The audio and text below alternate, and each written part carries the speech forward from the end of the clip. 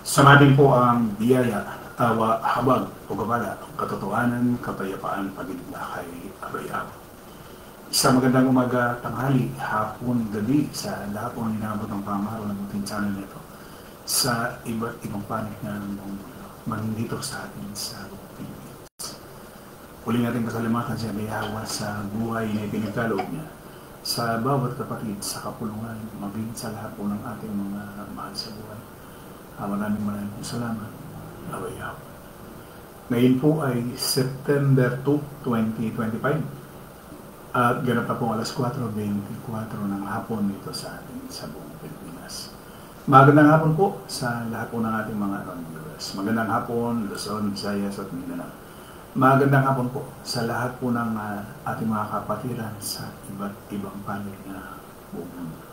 Magandang hapon din po sa lahat po ng nagbukas ng kanilang mga cellphones, ng kanilang mga tahanan. Kung tayo po ay mapanood, mapakinggan dito po sa ating pong pang-araw-araw hanggang Sabado, alas 4:30 ng hapon. Muli isang mabiyayang pakinig po sa bawat isa. At loobin po ni Bayahawa na magbukas siya ng pangunawa sa lahat po ng naabutin ng pangamalan ng The Assembly of Yahweh. Ang ating paksa sa hapon po ito, kaunting kalaman sa kasulatan. Tayo po ay nasa ikalawang bahagi na ng ating pong paksa hinggil doon sa unang Korinto 14:33. Sapagkat ang Diyos ay hindi Diyos ng kaguluhan, kundi ng kapayapaan, bigaya sa lahat ng mga kapulungan ng mga banal. Minsan pa nating pasalamatan, purihin, dakilain si Abayahawa sa hapon po ito, sa buhay na ipinagkaloob niya sa bawat kapatid sa kapulungan, maging sa lahat po ng ating mga mahal sa buhay at sa lahat po ng mga binuhay na sa ngayon sa buong mundo. Marahil bihira ho kasi sa tao ang nagpapasalamat sa Diyos na may likha ng lahat. Kasi ang napapasalamatan ng maraming tao ay yung kanya-kanyang Diyos. Siyempre, lalo ko yung mga reliyon, may kanya-kanya silang Diyos. Ang napapasalamatan nila ay yung kanya-kanyang Diyos. Hindi ko talaga si Abayahawa na may likha ng langit at ng lupa at ng lahat ng ating pong nakikita. Ang kredito ay yung Diyos ng bawat reliyon. Halimbawa, Diyos ng Katolisismo, iba yan sa Diyos ng kasulatan. Yung Diyos ng ADB o Mandating Dan o MCGI, hindi ho yan yung Diyos ng banal na kasulatan. Yung Diyos ng Iglesia ng Cristo, hindi ho yan yung Diyos ng banal na kasulatan, yung Seventh-day Adventist, Jehovah's Witnesses, at lahat po ng mga reliyon, Adventista o kaya ay mga Baptist, born again. Hindi ho yan yung Diyos ng banal na kasulatan. Kaya sabi ko kanina ay maraming tao ay hindi nakapagpapasalamat talaga kay Abayahawa. Si Abayahawa ang Diyos ng banal na kasulatan. No, hindi yung Jesus, hindi ho yung Jehovah, Yahweh, Allah, o kung sino man. No? So, minsan pa nating purihin at pasalamatan yung nagbigay ng buhay sa atin sa araw na ito. Nagbigay pa ng pangunawa na maunawaan at maintindihan natin ang sinasabi ng banal na kasulatan. Muli isang magandang hapon po sa bawat isa. Magandang hapon, Sister Ging Macar, Sister Lori Calderon, Sister Shirley Bandojo Aguera, Carlo Rol, Brad Jesse Juarez, magandang hapon, Melchor Pasis, Sister Elizabeth Dens, magandang hapon, Brad Sam Rotoni, magandang hapon, Noli Tungkua, Sister Chris de la Cruz Kim,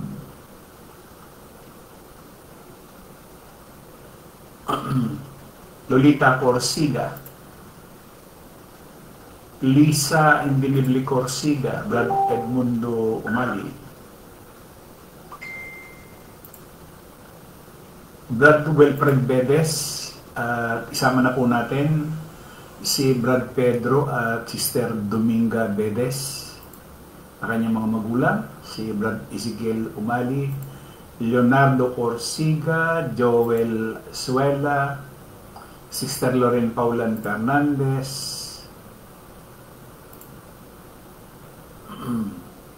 John Mer Corsiga, Sister Shirley Reverisa,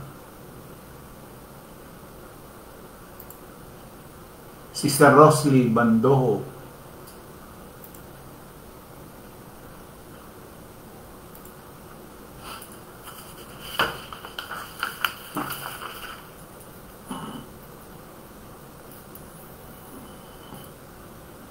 Brad Rodelio Naba, magandang gabi. Pasayin dyan.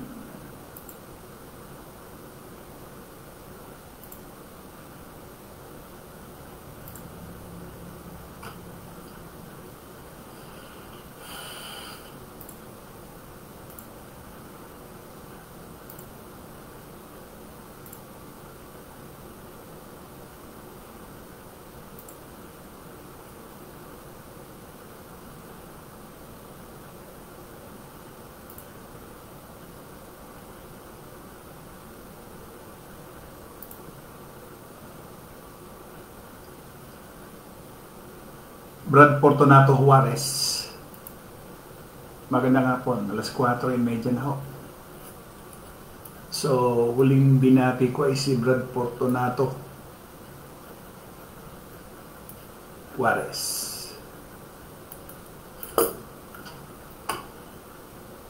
Sige ho, tuloy na ho tayo doon sa ating paksa, alas 4:30 o alas 4:31 na ho.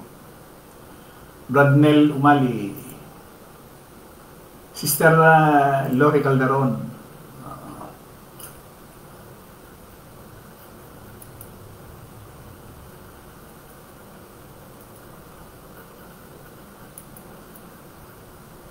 at doon sa habol pa, no? So, ang paksaho natin ay yung sinabi ni Pablo doon sa unang Korinto 14:33, sapagkat ang Diyos ay hindi Diyos ng kaguluhan, kundi ng kapayapaan gaya sa lahat ng mga kapulungan ng mga banal. Sa mga sulat ni Pablo, marami talaga ang hindi naniniwala, no? Pero sabi nga ni Pablo dun sa unang Korinto 14:38, sabi niya sa ASND, at kung meron mang hindi kumikilala sa aking mga sinasabi, huwag din ninyong kilalanin. Di ba? Kung halimbawa, hindi siya pinaniniwalaan ng mga Muslim, hindi siya pinaniniwalaan ni OHC o nung miyembro ng OHC o nung Operian Heritage Conservatory, hindi rin natin dapat silang kilalanin na ako. Hindi rin dapat natin silang pagpahalagahan. Katulad halimbawa, yung sinabi niya doon sa SND, kapag ito ay hindi pahalagahan ng sino man, o sino man sila, Muslim ka man, membro ka man ng Operian Heritage Conservatory, sabi niya, kapag ito ay hindi pahalagahan ng sino man, hayaan ng ito ay hindi niya pahalagahan. At doon sa dating Biblia, ang dating Biblia 1905, datapat ko ang sino man ay mangmang, manatili siyang mangmang. Ibig sabihin, kung ayaw nilang pahalagahan yung sinulat ni Pablo, ang kahiwatig ni Pablo, mangmang eh. O manatili na lang silang mangmang. Ayan. So, tuloy na po tayo. Ayan. Salamat po doon sa mga kapatid na nagsishare at salamat doon sa mga kapatid na nagla-likes at nagla-love po. Ayan. So dito sa ating paksa, siyempre, siya Bayahawa naman, siya ho ay ang ginagawa ko niya naka-organisado. Kaya nga sinasabi nga, hindi siya Diyos ng kaguluhan. kung ikukumpara natin yung Diyos ng mga reliyon, ay malaking bihama na yung Diyos na sinasampalatayaan natin o yung sinasamba natin, sinusunod natin, eh siya ay Diyos ng kaayusan na hindi siya magulo. O? Kasi sa ipinakita niya ba Yahweh sa ating mga nasa kapulungan. Kaya tinan niyo yung paksa natin, sabi niya, sapagkat ang Diyos ay hindi Diyos ng kaguluhan, kundi ng kapayapaan, gaya sa lahat ng mga kapulungan ng mga banal.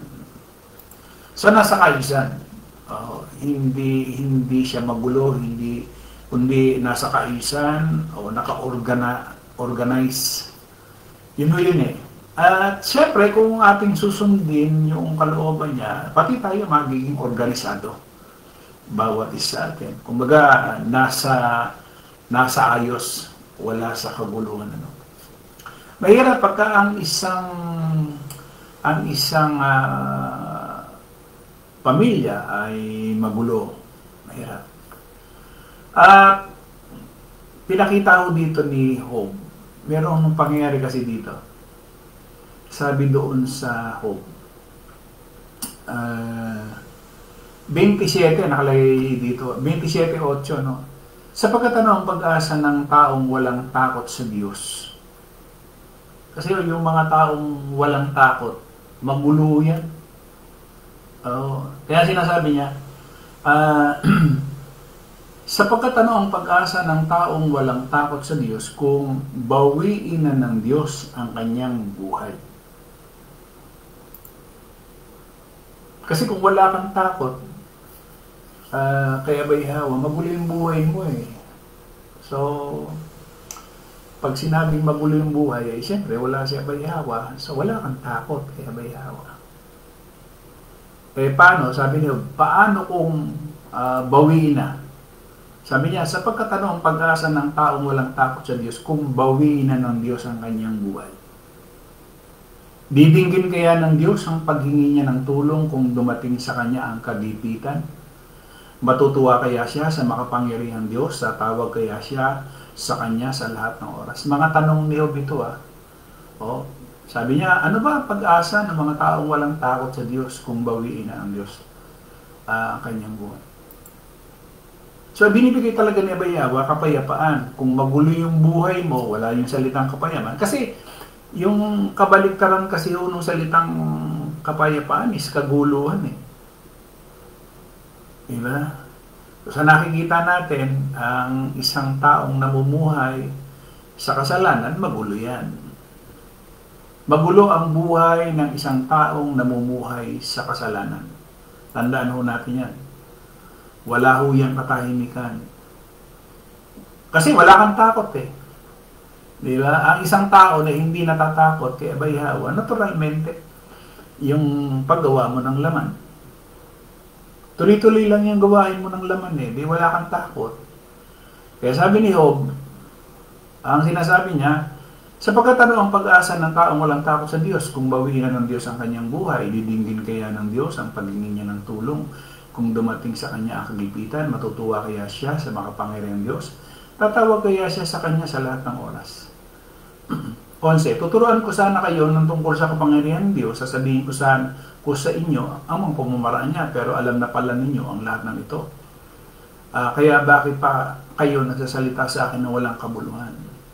Ito ang kapalaran na itinakda ng makapangyarihang Diyos sa taong masama at malupit. Kahit gaano kadami ang anak niya, mamamatay ang iba sa kanila sa digmaan at ang iba naman ay sa gutom. Ang matitira sa kanila ay mamamatay sa sakit at walang magluluksa sa pagkamatay nila kahit ang kanilang mga asawa. Ito daw yung kapalaran na itinakda ni Yahweh doon sa taong masama, malupit. 16. Kahit mag-ipon ng maraming pilak at damit ang masamang tao, hindi rin siya ang makikinabang nito. Ang matutuwid at walang kasalanan ang magsusuot ng kanyang mga damit at maghahati-hati sa kanyang pilak. Ang itinatayo niyang bahay ay magiging kasing rupok ng sapot na gagamba o kaya'y silungan ng tagabantay sa bukid. Matutulog siyang mayaman pero pagising ay wala na ang kanyang kayamanan. Darating sa kanya ang takot na parang rumaragas ang baha at tatangin siya ng ipo-ipo pagsabit ng gabi.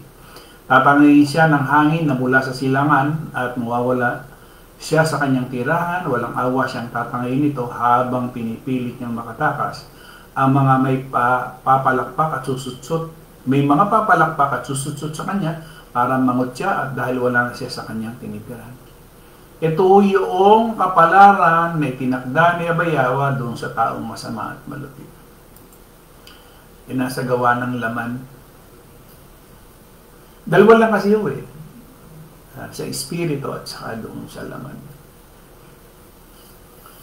Kaya kung halimbawa ay patuloy pa rin tayong gumagawa ng kasalanan, wala yung salitang kapayapaan sa bawat isa sa atin. Kung patuloy na gumagawa, hindi siya Diyos ng kalituhan. Hindi siya Diyos ng kalituhan. Alam niyo ba noong nangaral siya noong unang siglo, di ba, naghalal siya ng 12, no? Sabi niya doon sa Gis, tingnan niyo sa 5, ang 12 ito'y sinugo ni Yahweh at kanyang pinagbilinan, huwag kayong pupunta sa lugar ng mga hintil o sa alinmang bayan ng mga Samaritano. Tayo yun. Kasi ang talagang layunin niya noong unang siglo, yung mga Hudyo, mga Israelita. Sila ho talaga ang, kaya ho siya naparito sa mundong ito ay para sa kanila. Ang buti ni Abayawa sa mga Israelita, no? Doon sa mga Hudyo. No? May matutunan dito tayo. Ang 12 ito'y sinugo ni Yahweh at kanyang pinagbilinan na huwag kayong pupunta sa lugar ng mga hintil o sa alinmang bayan ng mga Samaritano. Sa halip, hanapin ninyo ang mga nawawalang tupa ng sangbahayan ng Israel. Humayo kayo't ipangaral na malapit nang dumating ang kaharian ng langit.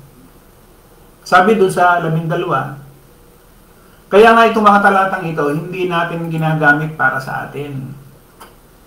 Yung Mateo, yung Marcos, yung Lucas, yung Juan, hindi ito para sa atin. Tanyin yung mga reliyon kung gumamit ng talata. John 14:6, ako ang daan, ang katotohanan at ang buhay. Bakit mo gagamitin yung talatang yun eh? Kailan ba isinulat yan? Hanggang ngayon ba umiiral pa rin na siya yung daan, siya yung katotohanan, siya yung buhay? Hindi na. Bumalik na nga siya dun sa pagiging espiritu eh. Di ba? Kaya, nakikita natin na talagang iba nga pala talaga ang Diyos ng mga reliyon sa Diyos na pinag-aaralan nating nasa kapulungan. Malaki ang pagkakaiba. Bakit? Oh. Di ba? Ba't mo gagamitin yung 14:6? Akong daan, ang katotohanan at ang buhay, walang makaparoroon sama. Pero nyo, lahat ginagamit pa rin yan. Hindi na yan para gamitin mo, yan para dun sa mga Hudyo noong unang siglo. Na, kakaiba ho ba? At talagang kakaiba yung pinangangaral ng kapulungan sa mga reliyon. Malaking pagkakaiba. Oh. Di ba? Tuloy natin. Sa halip, hanapin ninyo ang mga nawawalang tupa ng sambahayan ng Israel. Lumayo kayo at ipangaral na malapit na dumating ang kaharian ng langit. Pagalingin ninyo ang may sakit, buhayin ang mga patay, pagalingin at linisin ninyo ang mga may ketong, palayasin ang mga demonyo, yamang tumanggap kayo ng walang bayad, magbigay naman kayo ng walang bayad. Huwag kayong magdala ng pera, maging ginto, pilak, utang. Alam niyo kung bakit ganito ang pagkakasalita niya nung panahon na yun?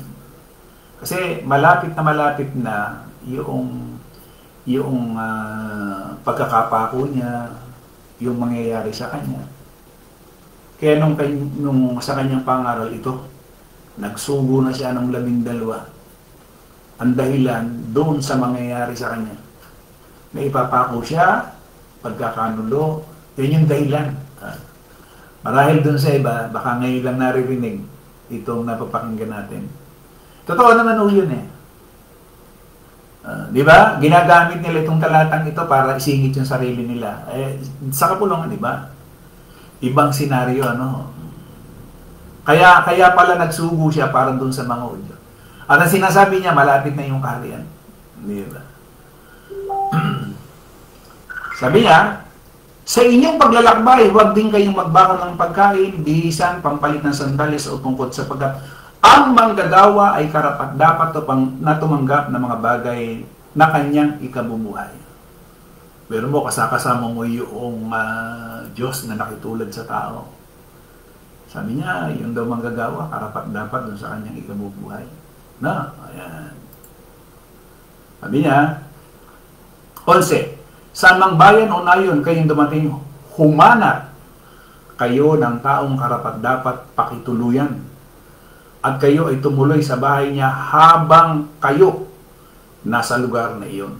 Ang kausap niya yung mga alagad, ha?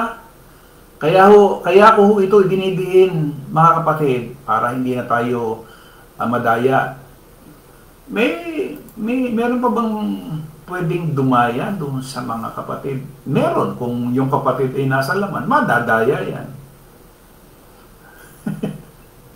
Eh sino ba mandadaya? Eh sino pa ba ho ang madadaya niyan o makapandadaya? Natural yung laman. May ba? O kaya nga ho, binibigyan natin dito ng nandiin na yung kausap niya, yung kanyang mga alagad. Hindi ho natin ito binabasa para isingit yung sarili natin at hindi dapat.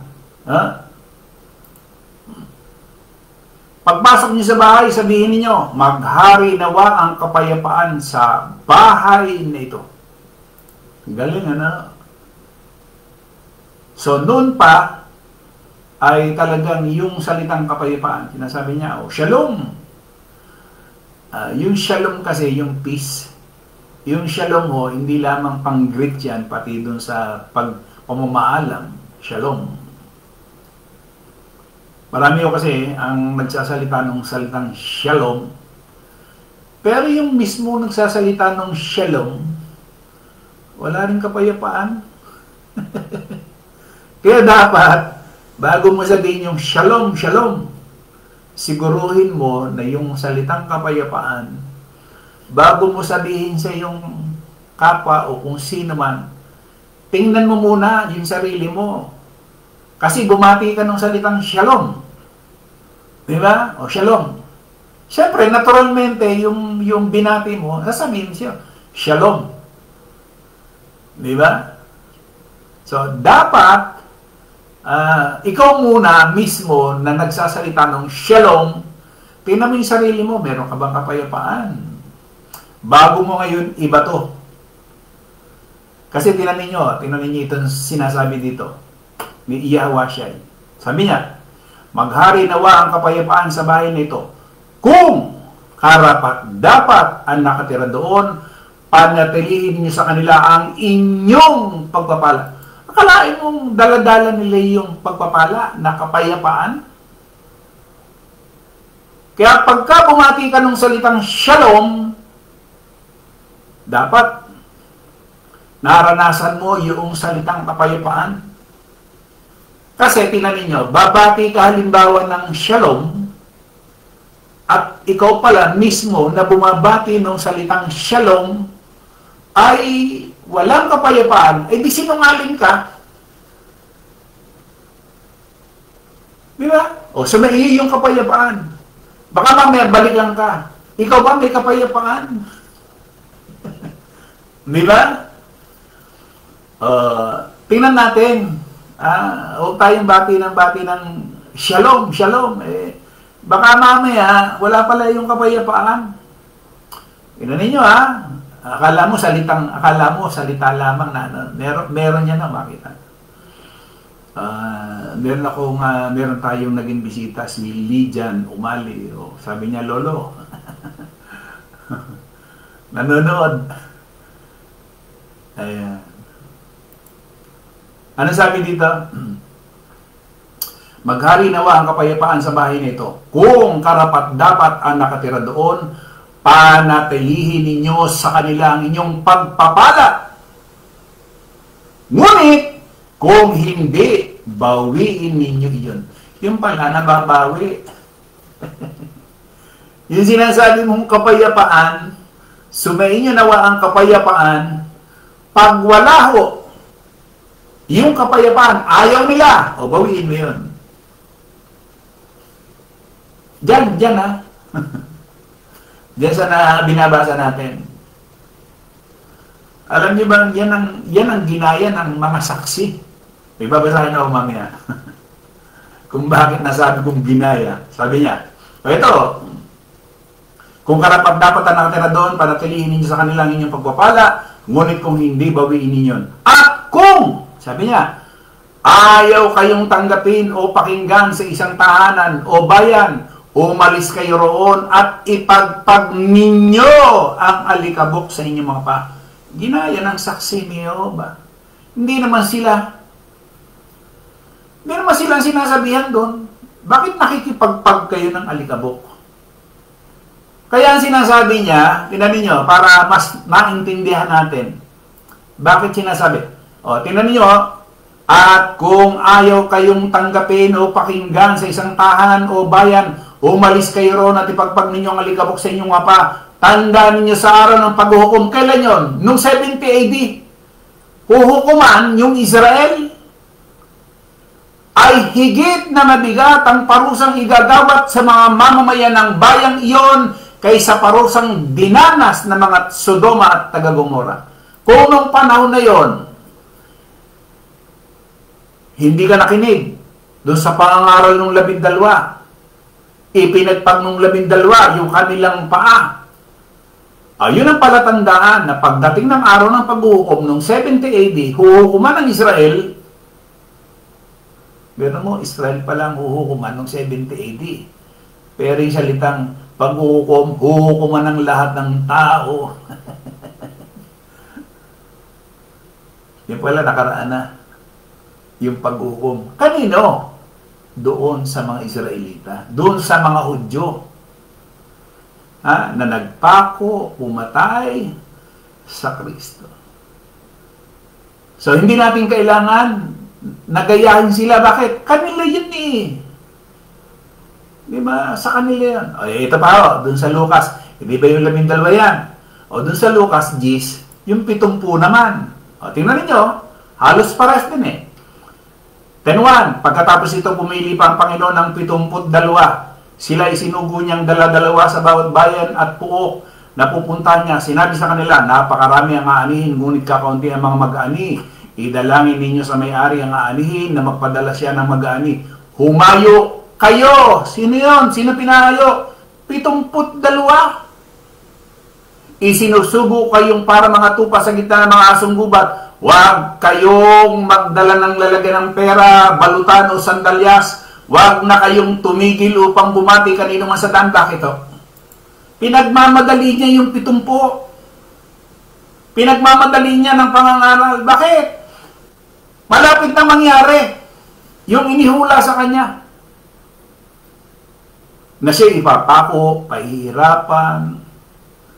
Diba? Yun yun. Hindi pinagmamadali yung 70 dahil dun sa panahon natin. Di ba? Ano sabi ko rito? Sabi niya, huwag na kayong tumigil upang bumati kanino man sa daan kasi istorbo lang yan eh. Pagpasok ninyo sa alinmang bahay, sabihin muna ninyo, maghari nawa ang kapayapaan sa bahay na ito. Kung maibigin sa kapayapaan na nakatira roon, tanggapin nila ang kapayapaan ninyo. Ngunit kung hindi, babalik sa inyo ang inyong pagbabasbas. Mahalaga pala yun, yung bati na shalom. May kapangyarihan pala. Ibig sabihin, kung naranasan mo yung salitang kapayapaan at ibinati mo yan at tinanggap noong binati mo, kung meron kang kapayapaan, sasaka niya yung basbas na yan. Galing O ngayon, naintindihan na natin. Di ba? Tuloy. Makituloy kayo sa bahay na yon at huwag kayong magpalipat-lipat ng tinutuluyan. Kainin ninyo at inumin ang anumang ihain sa inyo. Sapagkat ang manggagawa karapat dapat tumanggap ng sahod. Pagpasok ninyo sa isang bayan at tinanggap kayo, kainin ninyo ang anumang ihain sa inyo. Pagaligin ninyo ang mga may sakit doon at sabihin sa mga taga roon, malapit na sa inyo ang kaharian ng Diyos. Kailan to? Noong unang siglo. Malapit na sa inyo. Ngunit pagpasok ninyo sa isang bayan at hindi kayo tinanggap, pumunta kayo sa mga lansangan nito at sabihin, pati ang alikabok ng inyong bayan sa dumikit sa aming mga paa, inaalis namin bilang babala sa inyo. Ngunit pakatandaan ninyo, malapit na ang kaharian ng Diyos. Sinasabi ko sa inyo, mas kahahabagan pa ang mga taga-Sodoma kaysa sa bayang iyon sa araw ng pag-uhukom. Anong pag-uhukom yan? Yan yung pag-uhukom sa mga Hudyo. Hindi yan pag-uhukom doon sa mga kalahatan sa panahon natin ngayon. Alam niyo kung bakit? Kasi ngayon, kapag tayo o ang tao namatay, ngayon pa lang may pag-uhukom na. Let's say, halimbawa, o katulad mo, nakikinig ka marahil sa napakahabang panahon na, at patuloy ka pa rin sa gawain ng laman, hinuhukuman ka ng kamatayan. Diba? Base doon sa sinasabi ni Pablo doon sa Roma 8. Kung namumuhay ka ayon sa laman, aani ka ng kamatayan. O di hinukuman ka. Iba yung pag-uhukom na nangyari sa mga Hudyo at iba rin naman yung pag-uhukom na nangyayari sa panahon natin ngayon. Kaya ngayon, idinideklara ka na patay kung patuloy kang namumuhay ayon sa laman. Kahit na ilang beses o araw-araw ka mang makinig, at namumuhay ka pa rin sa kasinungalingan, pagnanakaw, pangangalunya, pakikiapid, patay ka na sa harapan niya bayawan. So, ang naantay mo na lang, yung katakdaan. Hindi na, magkaiba magkaiba yung paghukom na ginawa niya doon sa mga Hudyo at iba rin ang paghukom na ginawa niya para sa atin. Sa atin, buhay ka pa lang, hinuhukuman ka na. Kung ikaw ay matuwid, ang paghukom sa iyo, yung pagbabago sa buhay mo.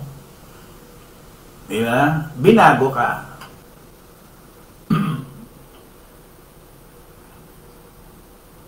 Sabi, ano itong tanong ni Sister Rosalie? Bakit nahaluan ang mga Hudyo, Brad? Hindi, nung unang siglo kasi, ang talagang layunin kaya siya naparito. Yung John 3:16, hindi naman para sa lahat yun eh. Ang John 3:16 ay para sa mga Israelita. Sapagat gayon lamang ang pagsinta ng Diyos sa sanlibutan. Akala nila yung salitang sanlibutan para sa lahat. Hindi totoo yun. Yan ay para doon sa mga Israelita. Na ibinigay niya ang kanyang bugtong na anak upang kung ang sino mang sumampalataya magkaroon ng buhay na walang hanggan. Yun ay para sa kanila. Kailan tayo nagkaroon ng salitang kaligtasan? Efeso 2. Nang nakaraang panahon, kayo'y mga patay. O paano nilalagay sa atin yung John 3:16? Diba? So, nung unang siglo, talagang mga Hudyo lang. Kaya kasi nasabi niya dun sa Mateo 10, huwag kayong, diba? Huwag kayong pupunta sa lugar ng mga hintil. Hindi naman sakop ang mga hintil sa kaligtasan ng panahon ng unang siglo. Nagkaroon lamang ng puwang yan nung dumating na yung pagkakataon na itinakwil na niabayhawa ang mga Israelita o yung mga Hudyo. Bakit itinakwil? Kasi nga, pero mong patayin mo yung Misaya. Ipako mo sa krus. Pero mo yung tutubo sa inyo, ipinako mo. Sige ho, o ayan.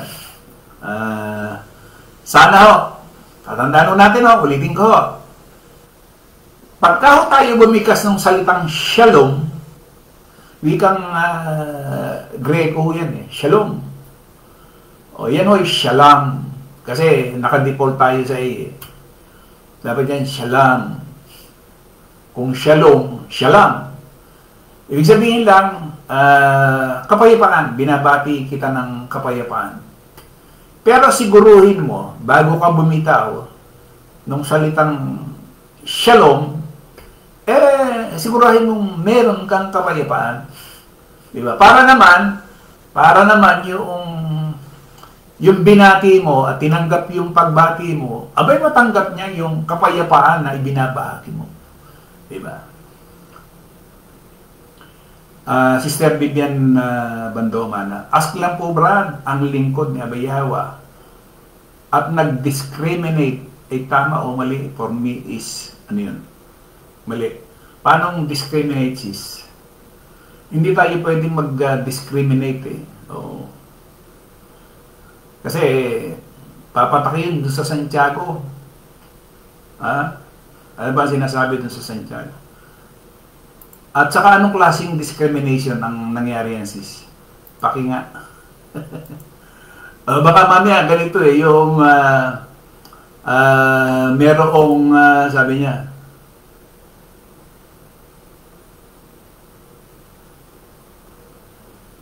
yung biglang may pumasok sa inyo na may sing-sing, pagkatapos, yun, discrimination yun. Diba? Ano yung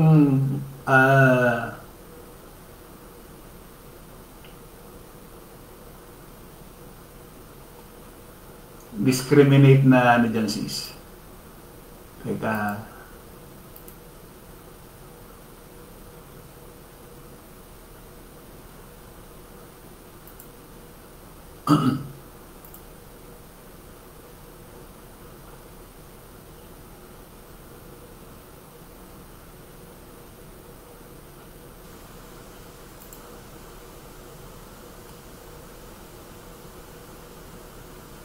Yan natin. Teka. Paki-elaborate nga sis, Vivian, kung ano yung discriminate na ano dyan. Brad, mo tumali. Kaya pala bro, masigasig ang mga religion na magbahay-bahay dahil sa talatang yan. Hindi naman pala sa atin yan. Hindi yung saksi ni Jehovah, meron din mga born again, nagbabahay-bahay din. Pero mong gagamitin mo yung sitas nung unang siglo na hindi naman pala para sa iyo.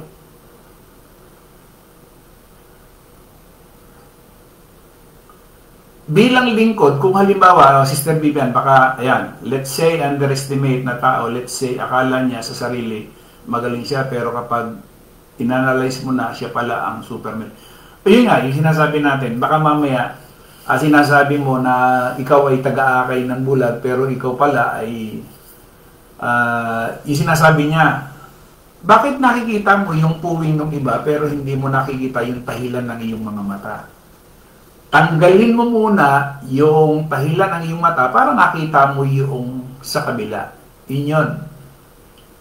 Kinakailangan kasi sa isang nasa kapulungan, bago tayo bumitaw, limbawa, bumitaw tayo noong dapat na ipamuhay natin eh. Hindi po pwede nagbibitaw tayo. Limbawa, nagsalita tayo hinggil doon sa pakikiapid, yung sa gawa ng laman. Pero, ikaw pala mismo gumagawa nun. Halimbawa, bitaw mo lahat ang wika nito na sinasabi ni Pablo, ang gawa ng laman ay hindi magmamana ng kaharian ng Diyos. Bibinitawan niya yung talata na yun. Pero siya mismo ang gumagawa. Nakikiapid sa kapwa lalaki, nakikiapid doon sa babae o sa may asawa. Ano yun? Yun yung dapat.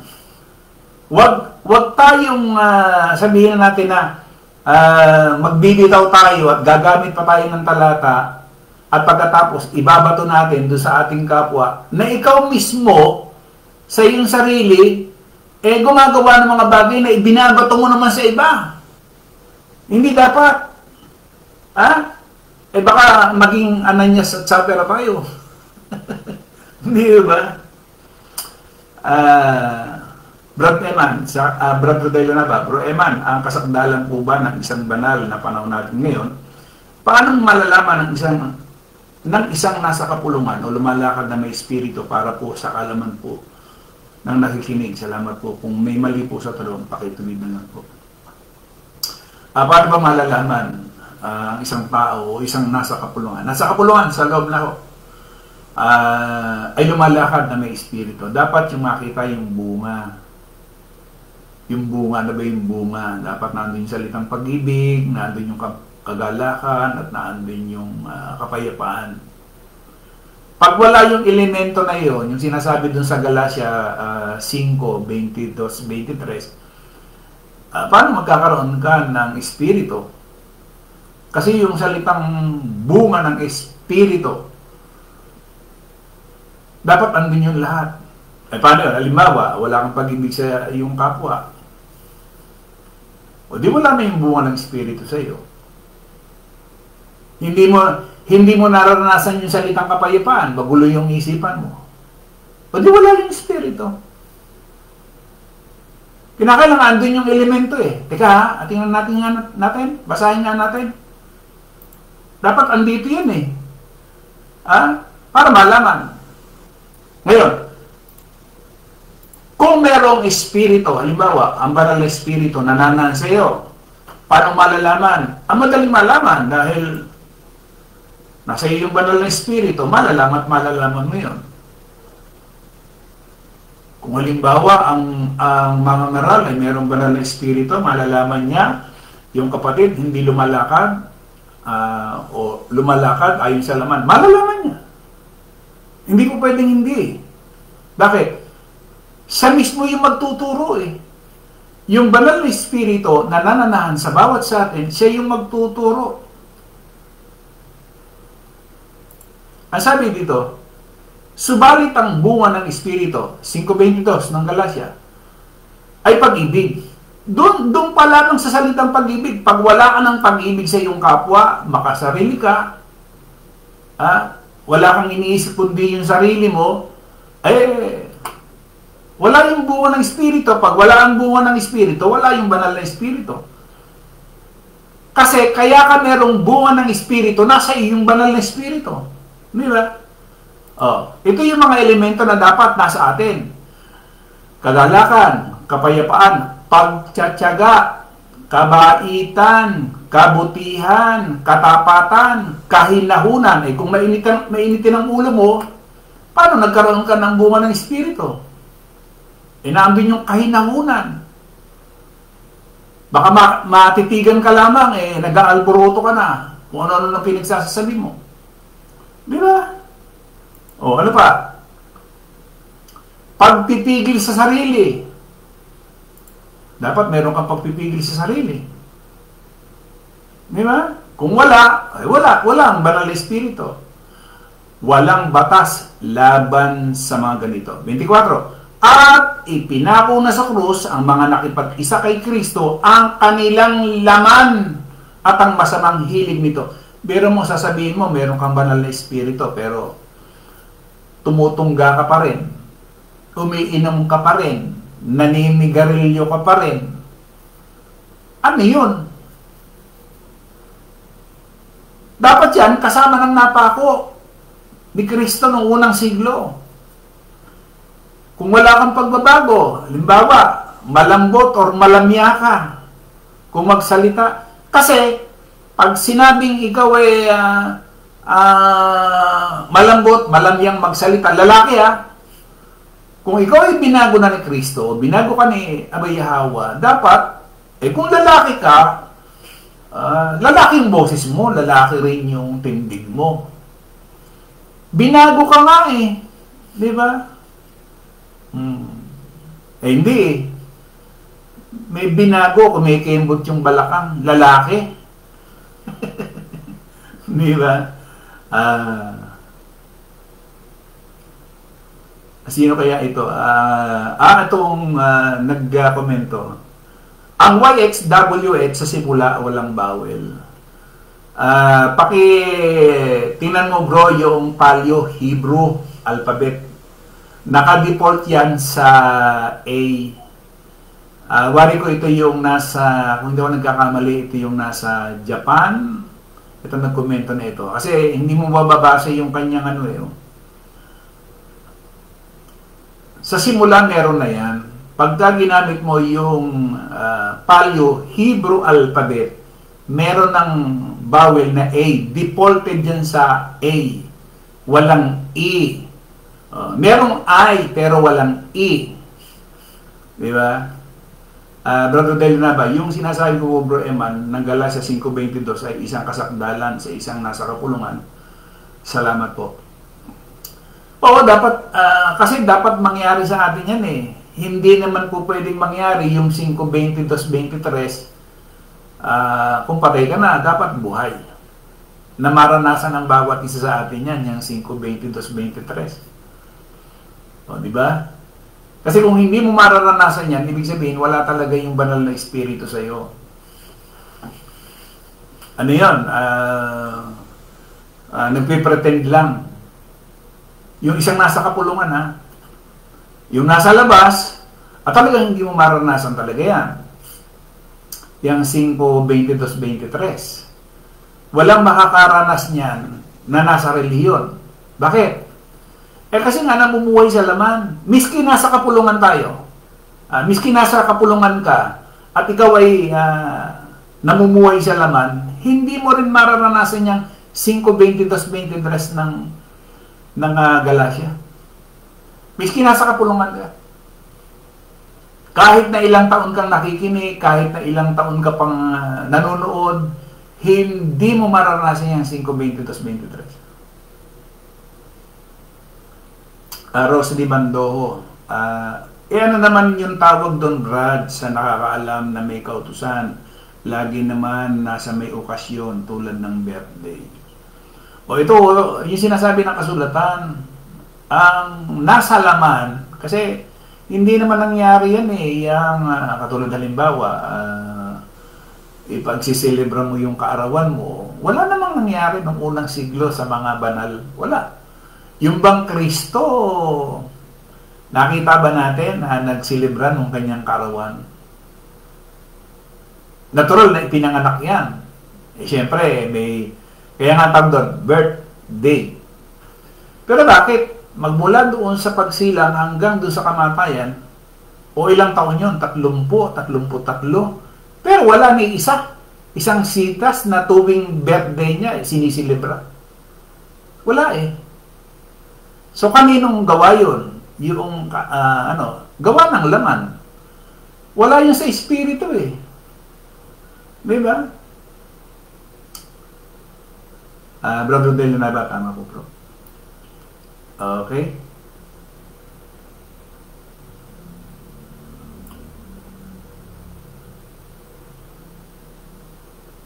Sino pa ba ang aking hindi na etika? Jen Elwares. Ay, salamat. Hindi ko mabasa yung pangalan mo eh. Yung nagkomento ang YHW sa simula, walang bawal. Dapat sana ginawa mo para makilala kita. Di ba?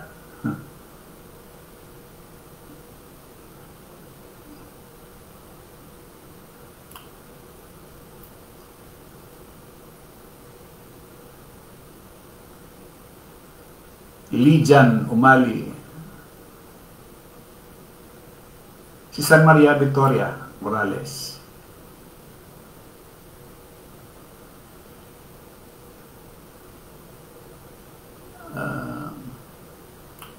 Ayun nga, hinatulan ng mga Hudyo dahil nga pinatay nila ang Kristo. Jen L. Juarez, Fernando Pronebo Abillera, tumatalon siya talaga. Jinping Duterte Lopez,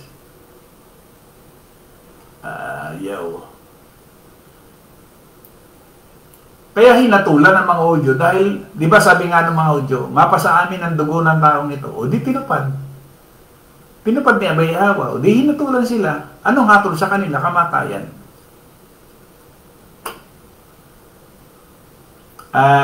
Brad Jesse Juarez, bro, ang pag-ibig ba sa kapwa ay pakiramdam lang? Parang iniibig mo siya nang walang aksyon? Meron ka na bang pag-ibig sa kapwa? Wala. Para yung sinasabi lang, bro, doon sa Santiago, sabi niya, anong pakikinabangin mga kapatid ko kung sinasabi ng sino man na siya may pananampalataya ngunit walang gawa? 2:14 ito na Santiago.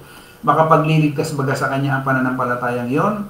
Kung ang isang kapatid na lalaki o babae na hubad at walang kakanin araw-araw At ang isa sa inyo magsabi sa kanila, magsiyaon kayong payapa, kayo'y magpainit, magpakabusog, gayon may hindi nyo ibinibigay sa kanila ang mga bagay na kinakailangan ng katawan, anong mapapakinabang dito? Gayon din naman ang pananampalataya na walang mga gawa, patay sa kanyang sarili. Kaya liwanag, letra por letra yan. Kaya yung tanong ni Brad Jesse, ang pag-ibig ba sa kapwa'y pakaramdam lang? Parang inibig mo siya ng walang aksyon? Meron ka na bang pag-ibig sa kapwa? Wala. Tama yung sinasabi ng Santiago. Sister Cristina Juarez, ayan. Sister Joel D, ayan, magandang hapon. Sige ho, at pagka hindi ko kayo nabanggit, hanggat maaari, magano kayo dun sa uli. Kasi, hindi siya mag-roll eh. Hindi ko mahawakan. Si Sergio LD, magandang hapon. Sige po. Sana ho na nabasa ko na ho lahat. Hindi ko lalaman po na andito si Sister Chris Junker.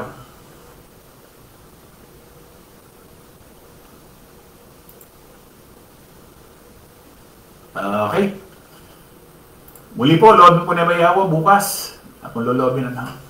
Ayun, niloob niya tayo ngayon. Sana loobin pa rin niya hanggang bukas. Sa isang Diyos na ating tagapagligtas sa pangalan ni Bayawa, sumakanya nawa ang kalwalatian ng karangalan, ang paghahari at ang kapangyarihan sa kauna ng panahon at ngayon at magpakailanman siya nawa. Patuloy po tayong ingatan, gabayan at pagpalain ni Bayawa. Higit sa lahat sa bagay na pang-spiritual. Muli, maraming salamat sa lahat po ng ating mga viewers at sa lahat po ng ating mga kapatid na nakasama po natin. Patuloy po tayong ingatan sa bawat segundo, minuto, oras, araw man o gabi na ating pong nilalagi sa mundong ito. Muli, maraming salamat. Isang magandang hapon po sa ating lahat. Salamat po. Shirley Bandoa Vera, Brad Carlo Rod.